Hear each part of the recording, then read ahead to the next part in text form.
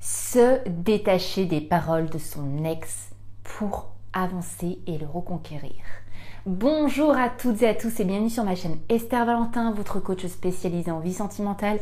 Et aujourd'hui, comme je vous l'ai cité, on va parler de pourquoi et comment se détacher des paroles de son ex, parce que ce sera un élément essentiel déjà pour votre bien-être, ce qui sera toujours une priorité pour moi. Et deuxièmement, si vous êtes dans un but de reconquête, il va être nécessaire de s'en détacher. Je vais vous expliquer pourquoi. Déjà, vous le savez, il va y avoir un véritable décalage entre vous deux. Je dis vous le savez parce que j'avais fait une vidéo, ça commence à dater un petit peu, sur les paroles de son ex, mais je viens ici aussi en rappel. On vient de temps en temps à refaire des petits points, on creuse un petit peu plus, c'est le but des vidéos.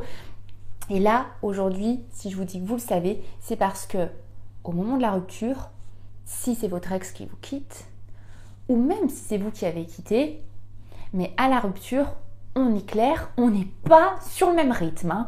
Généralement, il y en a toujours un qui veut rompre et pas l'autre. Il se passe des moments où la rupture se décide à deux. Mais si on est là à écouter cette vidéo, on sait qu'on ne se retrouve généralement pas dans ce cas. Donc, il y a clairement un rythme différent. Donc, juste après la rupture, on va laisser de l'espace et ne pas ruminer sur les paroles de votre ex lors de la rupture. Quand je dis lors de la rupture, c'est pourquoi j'ai rompu, pourquoi je te quitte, etc. Ça, il faut bien comprendre, si vous le ruminez, vous ne faites que vous faire souffrir. Et en plus, si vous continuez de donner toute importance à ces mots, à lui ou à elle, en tout cas à votre ex, en les cherchant encore juste après la rupture, encore et encore, mais pourquoi, j'ai besoin qu'on se parle, j'ai besoin d'explications, j'ai besoin de comprendre, vous allez juste vous faire souffrir et vous allez continuer de maintenir l'incompréhension. Et oui, vous n'êtes toujours pas au même stade. Donc, je voudrais qu'on se parle, etc. Vous donnez l'impression, l'excuse même justifiable, que vous voulez plus de compréhension pour avancer. C'est juste, mais il va vraiment falloir garder un petit peu de rationalité. Et je vous assure que c'est pas facile dans ce moment-là qui est hyper bouleversant. Le après-rupture, si vous voulez la compréhension, si vous êtes prêt à demander, à poser des questions, il va falloir garder un énorme recul en se disant il va parler avec son point de vue, son rythme différent à lui ou à elle.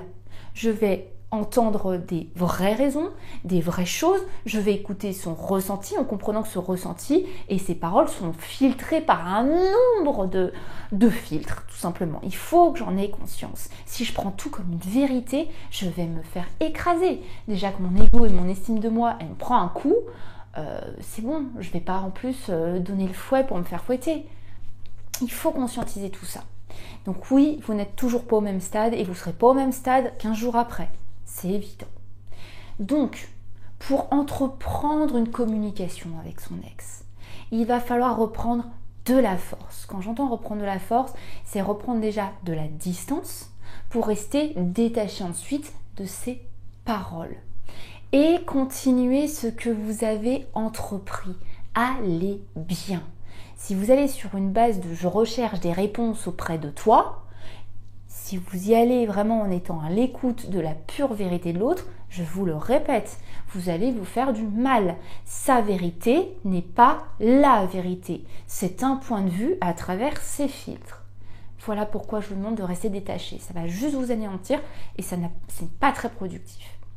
Qu'on s'en serve en termes de productivité, de comprendre qu'on a été trop en demande, qu'on a été trop acquis, et encore, vous devez tomber sur une personne qui a une sacrée maturité émotionnelle, d'avoir vraiment réalisé les causes de la rupture, ça ne sera pas toujours le cas, bien loin de là. Donc je vous fais un petit rappel de pourquoi il ne faut pas chercher les réponses auprès de son ex. Donc, on l'a dit, un rythme complètement différent.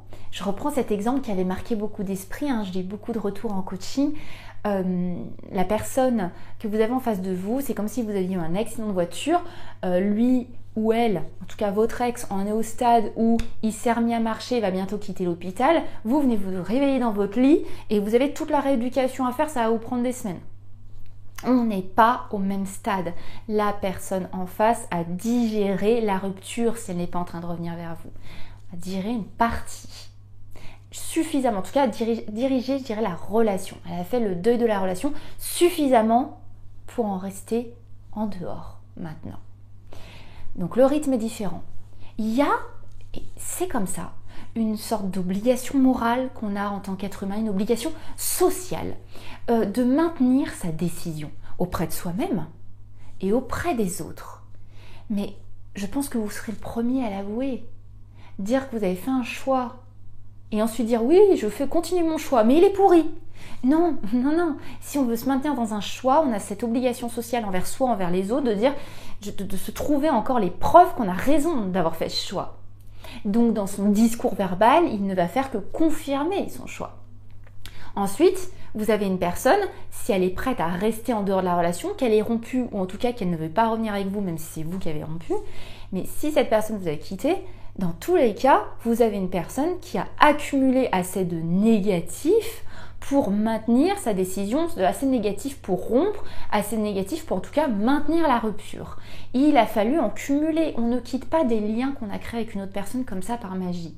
Il faut avoir vraiment recouvert les sentiments, le lien par du négatif. Et ce négatif-là, c'est à lui que vous allez vous confronter. Il fait partie des filtres de votre ex. C'est à ça que vous allez vous percuter quand vous demandez d'avoir ces mots ou des explications, ou vous y retournez en parlant du passé en tout cas. Et l'autre chose auquel vous allez vous confronter, ça va être que la position est déséquilibrée. Si vous êtes en demande de sa vérité à lui ou à elle, quand je suis en demande de quelque chose auprès d'une autre personne, naturellement, il y a cette position déséquilibrée qui se place. J'ai besoin de comprendre, j'ai besoin que tu m'expliques, dis-moi en plus, je suis là, je t'écoute, c'est bon, vas-y. Et bien, cette position déséquilibrée fait que vous êtes déjà au cœur blessé, grand ouvert, prêt à recevoir les paroles. L'autre a cette posture un peu de supériorité. Tous ces mots, vous vous écorchez vif, clairement.